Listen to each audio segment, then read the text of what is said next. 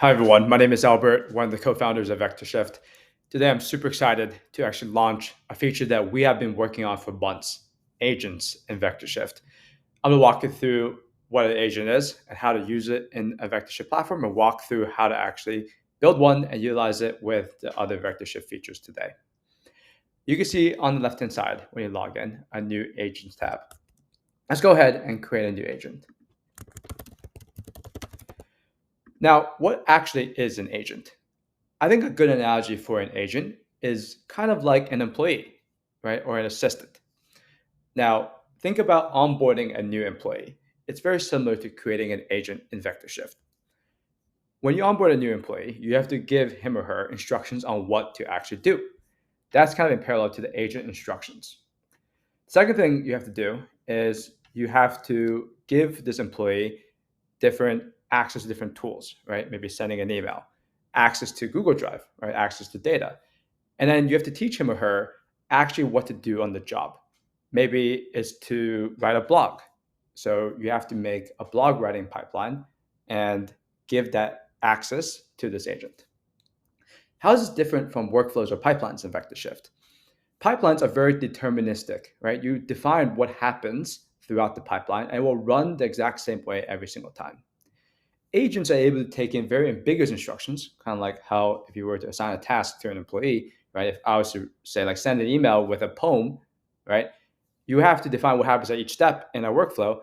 But in an agent, you can give kind of an ambiguous task just through natural language, and then the agent will be able to figure it out. Let's go ahead and show you what I mean. So on this screen, let's go ahead and add XAI search. This gives the AI model access to internet search. So if I ask, what is the weather in New York?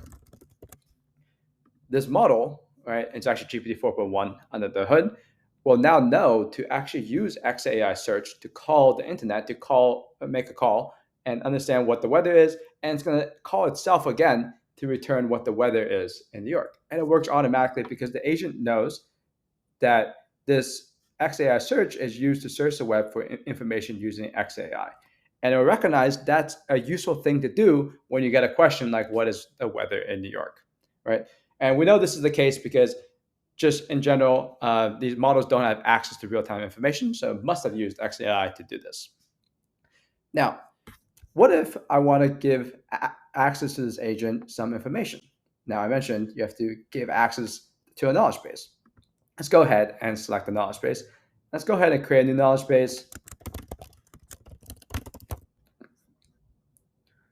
All right, let's go ahead and scrape URL, put the URL in here, add document, and then we should be able to go back.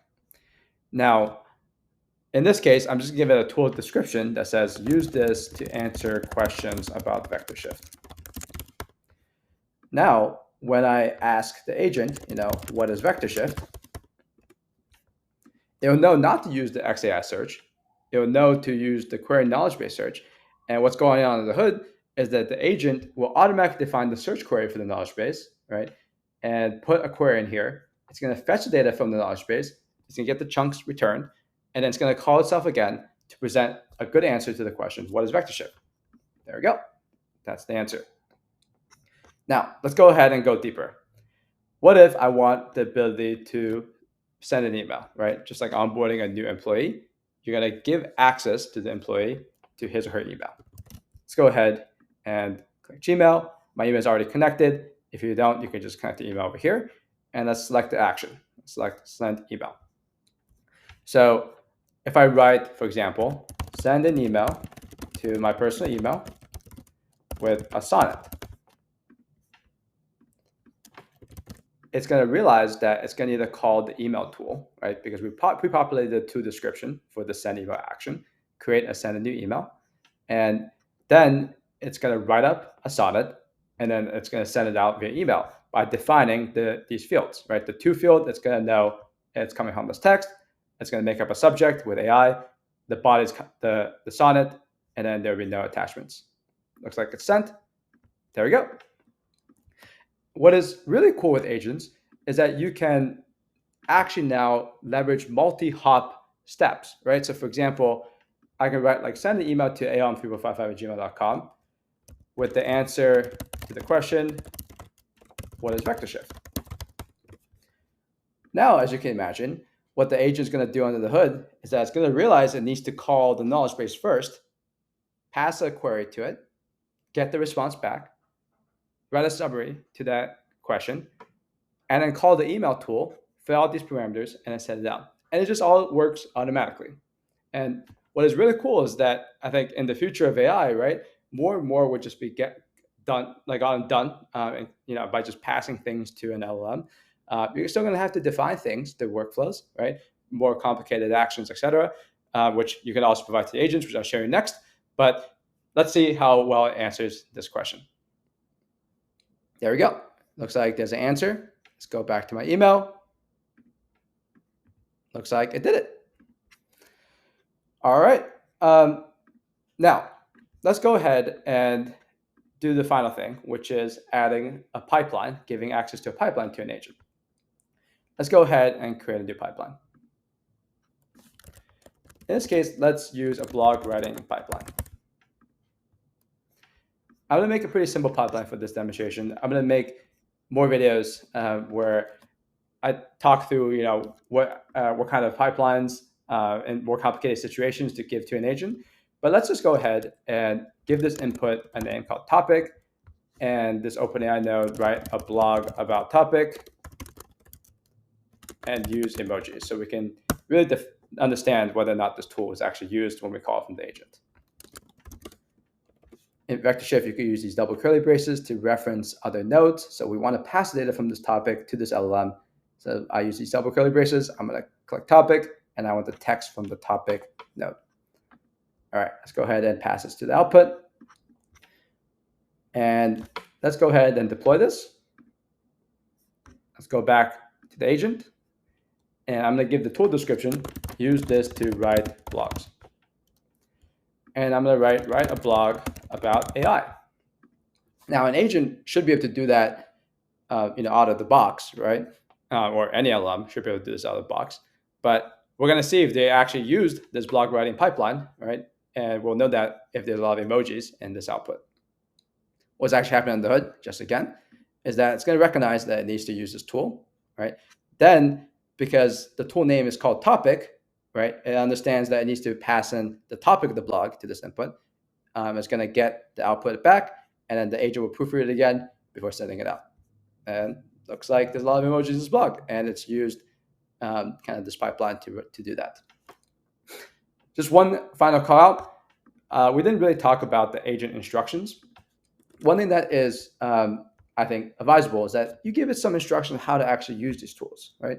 You can say, for example, you have access to the following tools. Use them the following way, right? It's good to emphasize it, even if it's in the tool descriptions, and especially if you're doing a more complicated agentic workflow where you have to use a complicated, step-by-step following of different tools. Not as simple as like sending an email with the answer to what is VectorShift. You might have to provide some guidance on how to actually use these tools together to produce the relevant output, right? So, for example, I can write, blog writing pipeline. Use this to write blogs. XAI search. Use this to search the internet, etc. There we go. So let's go ahead and deploy changes, which saves the version. Now, what is actually powerful as well is that you can use these agents in pipelines, right? So let's just go ahead and do something pretty simple. Let's drag out an input, drag out an output, and you go to under objects, you find this agent node.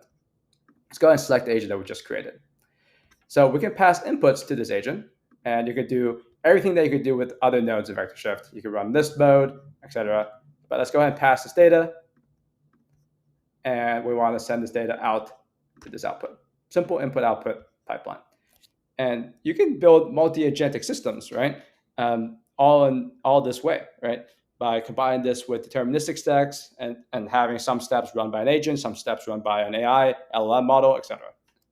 You can also edit, the agent just over here. Make sure you deploy changes right afterwards by adding new tools, changing the prompt, etc., which will help you iterate on your agent.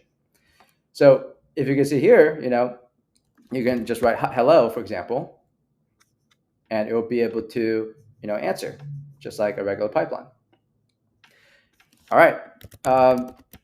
One thing that could also be cool is you can also place kind of chat or different interfaces on this agent now. Let's go ahead and make one. Click export. And let's, for example, ask, what is the weather in Boston? And what's happening is, again, it's determining that we need to use the XAI tool, right? This input is passed to the agent, determines it needs to use the XAI tool. It's going to get the results back. The agent is going to wrap the answer. It's going to send it out, pass it to the output node, and this output node will display the information into this chat. Just one note, agents are a little bit slower than LLMs because, as you can tell, there's multiple LLM calls that are, already happening under the hood, and it takes a little bit longer to perform those LLM calls in sequence. Hope this was helpful. I'm going to make a lot more videos about agents. It's, I think, where we're all going to head in the future, and we're going to make it a big part of the VectorShift platform while not compromising flexibility and making sure that it incorporates well with all the other tools in VectorShift. Thank you very much.